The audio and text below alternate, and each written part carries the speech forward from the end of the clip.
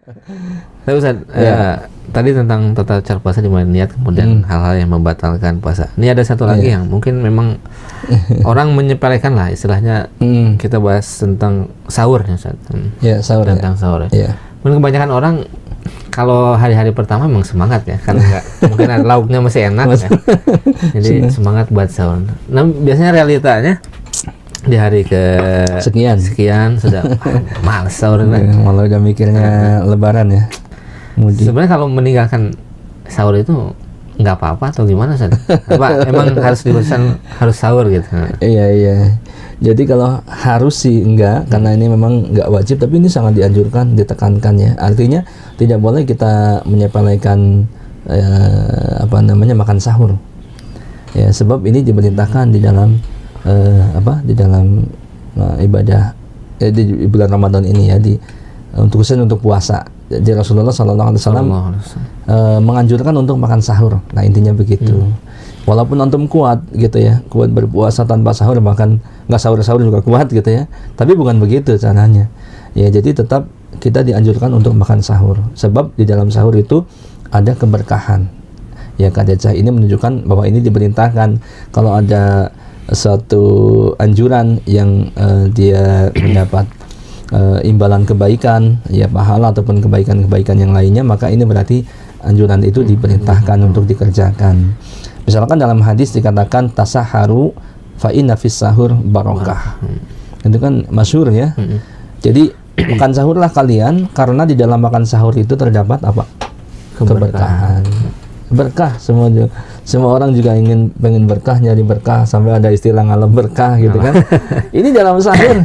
Sahur. Iya, ada keberkahan. Jadi dan harus disadari oleh teman-teman sahabat LC supaya kita tetap semangat untuk sahur. Sampai-sampai dikatakan sahurlah kalian walau hanya dengan seteguk air gitu kan. Maksudnya apa? Kalau misalkan ternyata waktu mepet udah sebentar lagi adzan ya, bukan malah tanggung. Misalnya 5 menit lagi udah sahur, alarm bunyi tapi nggak kedengeran, tahu-tahu bunyi yang kesekian kali gitu ya. Tinggal ternyata sudah jam 4 lewat berapa? Kalau misalkan adzannya jam 4 seperempat katakan ya. Jam 4 lewat 10, berarti kan 5 menit lagi ya. Aduh, tanggung, malah tidur lagi. Jangan, tadi tetap bangun, kemudian sahur.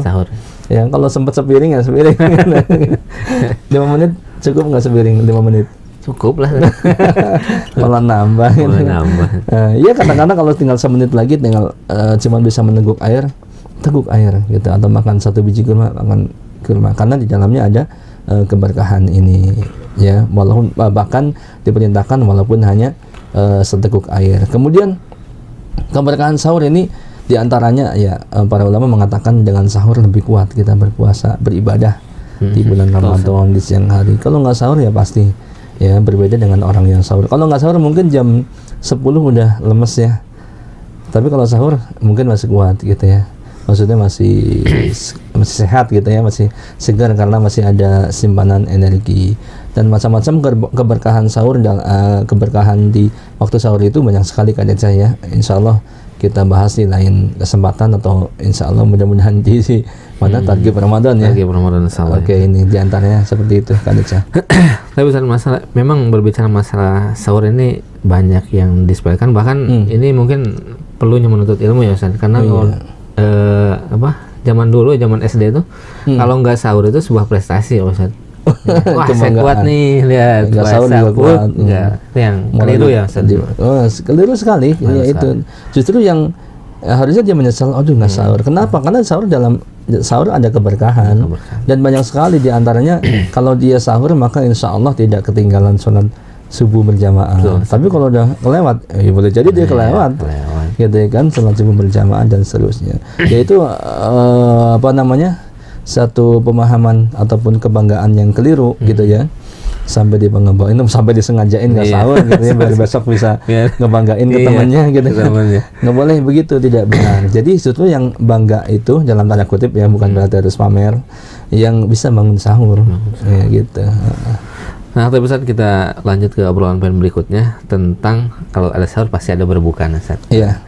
Nah, Satu lagi Kak Deca, terkait dengan waktu sahur. Nah, lupa nih, AC ini jadi Iya. lupaan. Nah, ini sahabat LC dan pemirsa yang berbahagia. Waktu sahur yang disunahkan itu, jadi waktunya itu mendekati adzan subuh. Bukan jam 2 ini, ataupun istilahnya mengakhirkan sahur gitu ya Kak Deca. Tadi bukan jam 2, apalagi jam 12, apalagi jam 11 malam, bukan ya. Itu sih bukan sahur, itu makan malam gitu. malam, ya. Jadi waktu sahur itu diakhirkan sunahnya gitu ya. Jadi jangan pang duluan gitu. Makanya orang-orang yang ngebangunin sahur itu ya harus tahu waktu dong gitu ya. Apalagi zaman sekarang nih Kak Deca. Ya. Bukan seperti zaman dulu yang harus masak dulu, harus nyalain tungku gitu ya. Kemudian istilahnya masaknya lama gitu ya. Sekarang mah semuanya serba praktis ya. Betul. Udah mateng, tinggal istilahnya tinggal manasin doang.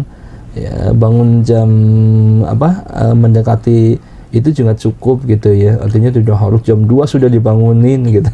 Karena ini tidak benar dan mengganggu. Jadi waktunya itu diakhirkan. Ya, kalau dalam riwayat itu dikatakan jarak antara adzan dan sahur itu seperti lamanya membaca 50 ayat.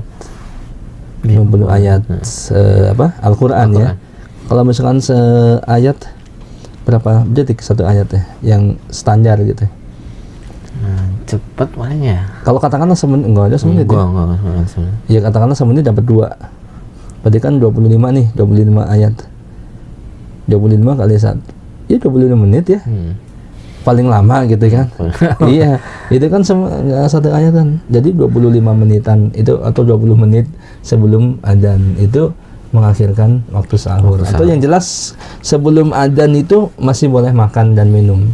Tapi kalau sudah adzan ingat jangan sampai kebablasan gitu. Dan jangan memahami satu nas ataupun hadis yang mengatakan kalaupun adzan terdengar kemudian ada gelas di tangan minum. Iya, tapi gelas itu aja buat minum. Jangan terus masih adzan terus kemudian makan terus. Ya maksudnya enggak begitu ya. Jadi tetap harus berhenti, kecuali tadi kalau sedang makan kemudian ada sudah terlanjur makan kemudian belum minum ya minum. Tapi segelas aja udah. Jangan terus dihabisin yang ada di piring atau bahkan nambah sampai adzannya selesai. Nah, ini khawatir ya, atau bisa dipastikan takutnya itu termasuk tadi membatalkan puasa atau dia tidak termasuk berpuasa ya. Begitu Kak Deca, ini tadi sedikit tambahan ya, betul, mengakhirkan waktu sahur.